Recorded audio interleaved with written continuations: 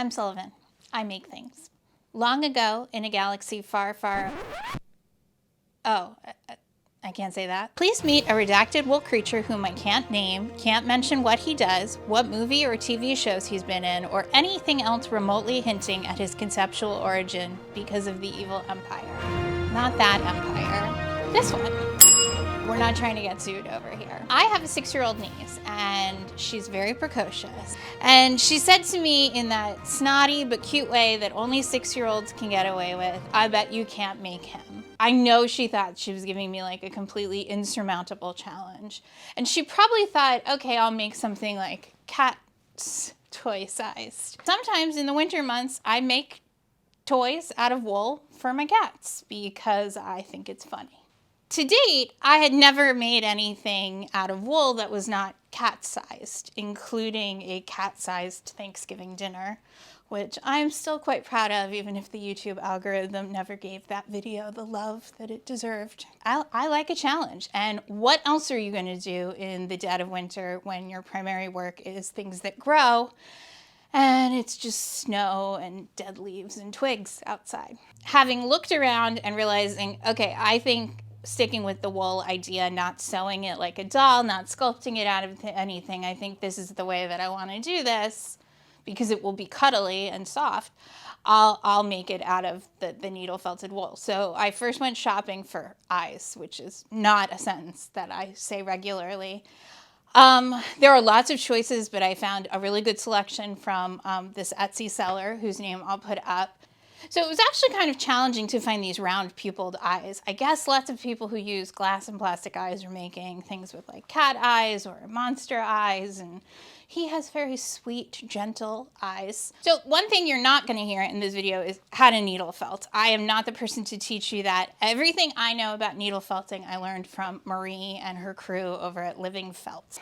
When I first picked up a needle felting kit, I found Marie's channel. She has projects going back, she's probably been on YouTube like 10 years or more. She has a shop in Austin, but I shop online. None of this is sponsored. They are just the place that I've found that has kind of everything you need. You can kind of make up your own stuff, which is what I tend to do, or you can felt along with them. They do all kinds of projects and they have all kinds of kits and things.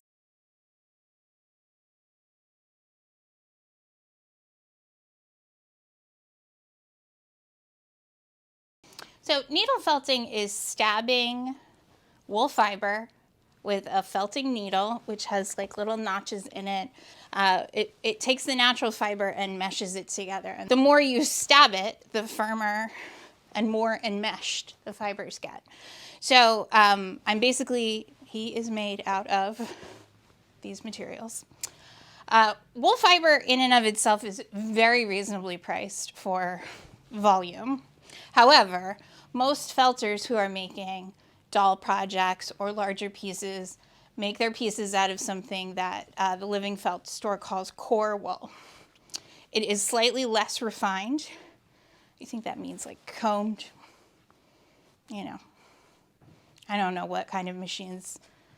I think my only experience is like an old Sesame Street video watching some sheep getting sheared. So I'm not going to speak to the mechanics of how this stuff gets made. But core wool is a thicker, less refined, less combed out fiber. It felts together really quickly and easily. And you can buy a lot of it for a very reasonable price.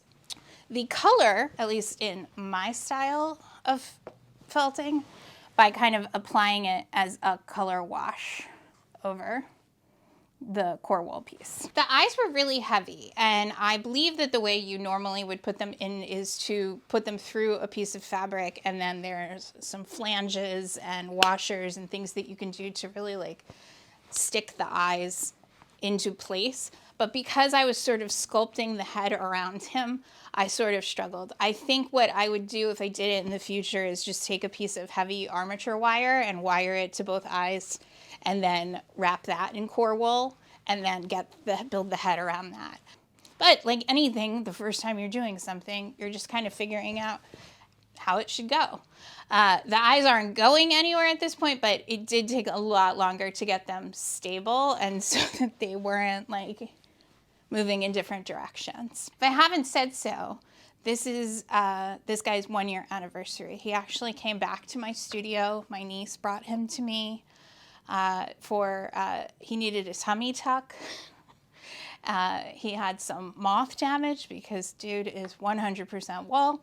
And he's been living with a 6-year-old for a year who loves him very, very much. So he came back here for a little, what does it ladies say when they're going to get a facelift and they're not saying what they're doing? They went away for a little rest and relaxation, a little refreshment.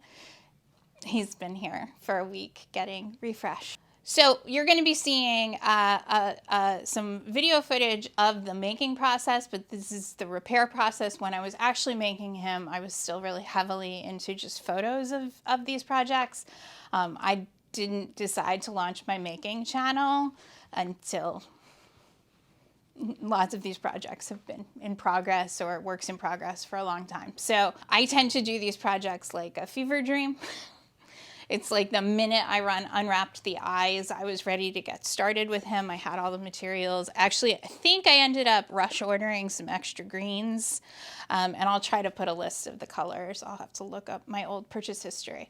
But he just really came together quickly. I know that sounds funny to anyone that doesn't make projects like this, but hopefully if you're a maker or you like watching other maker channels like I do, you'll see that when you just kind of get an idea, you want to just carry on with it and see it through. So basically once the eyes were in the face and I had this weird little, he had no lower jaw yet, little face staring at me when I came down the stairs in the morning, I just started to see the steps that I needed to take. I really used primarily just this photo for the face reference. Like any project, any creative person, when I look back at something, there's things I could see doing differently. His face is a little flat. He sort of looks like another super trademarked character named Dobby. From the side, I think I probably could have put more volume in the front of his face and nose, but by the time I had realized that in the making process, I really liked his nose. And I didn't want to build up this kind of pointed snout area like on a cat because it would have meant losing the nose. It just comes together really quickly. So that's why I'm saying it's not really a how-to, it's just how I made. Like he started to look a little mean with the first eyebrows. I didn't want him to be mean. I knew he wasn't going to be like photorealistic with his inspired character, but I wanted him to be sweet and cheerful and happy. He was going to a 5, now 6-year-old. I made the ears simultaneously so that they would be sort of symmetrical. I did make them out of core wool to start, but really quickly realized I was going to need to add and just do a lot more work with the colored wool. When you're felting anything flat with a needle, it's really challenging. It sticks to you. You felt into a foam pad, the fiber sticks to it. You go through, like you can push the green through the pink, push the pink through. It was just, the ears were a lot. And actually, the ears needed almost as much touch-up work as his tummy tuck. So I know they're generously sized. I really liked them. I could cut them down or do them again, but I really liked them. I made them, I wanted to have enough body to them so that I could curl them. They are not wired, but they could be. You can certainly make him sad or happy. They made me smile when he was just a headless character, and I felt like, why make them smaller? For the, you guys that consider yourselves members of the Alliance, I know he's not a photorealistic representation of the character, but I think that's okay. His hands and feet were not as challenging as I don't think I would want to try to make human hands out of wool. The pictures I saw, he had 3 fingers and 4 toes. Not really sure how that works, but he has these kind of yellowish fingernails. And I made the pieces simultaneously so I wouldn't accidentally make like 2 right hands or 2 right feet, because there are little differences to them. Made them out of core wool, covered them in green. The nails I made specifically out of like kind of a mustard yellow, and then just attached them. One of the first projects I made for my cats as a cat toy was a zombie finger. So I weirdly already had experience making a finger with a nail. I just thought it would be funny for my husband to come home and see the cat chewing on a zombie finger. So welcome. I just make things that I think will be funny. I didn't want to try to make a whole body out of core wool. I mean, you really could. It just would be a lot of wool. So I ended up finding like one of those small bolster pillows, like those frou-frou round pillows that generally get tassels. I found one of those at the craft store. So I wrapped that in wool and then felted the wool around that so that, you know, he's really squishy, but I needed him to have some stability. His tummy tuck this week added a lot more rigidity to his like middle torso. He was very, very floppy last year. He doesn't really stand on his own. He's more of like a leaner, but he gets to sleep on my niece's bed during the day. And then I think she puts him on the floor because he's just too big for her bed, which just cracks me up. That I made it so big she actually can't sleep with it. But they do watch TV together, which is really cute. And when we were pandemic and only FaceTiming, she would make him like dance and stuff for me, which was really cute. I did put some wire in the arms, but I wish that I had used heavier gauge armature wire. I didn't take him completely apart for his refresh, so I didn't replace the wire in the arms. But, you know, my original concept was to wire through a shoulder and make him, I think he's left-handed. Maybe, to use the force. The robe was actually the hardest part of this character for me. I really do like to just kind of like look at photos or make drawings and like kind of freewheel on my ideas. Robes that have to fit specific things require a pattern.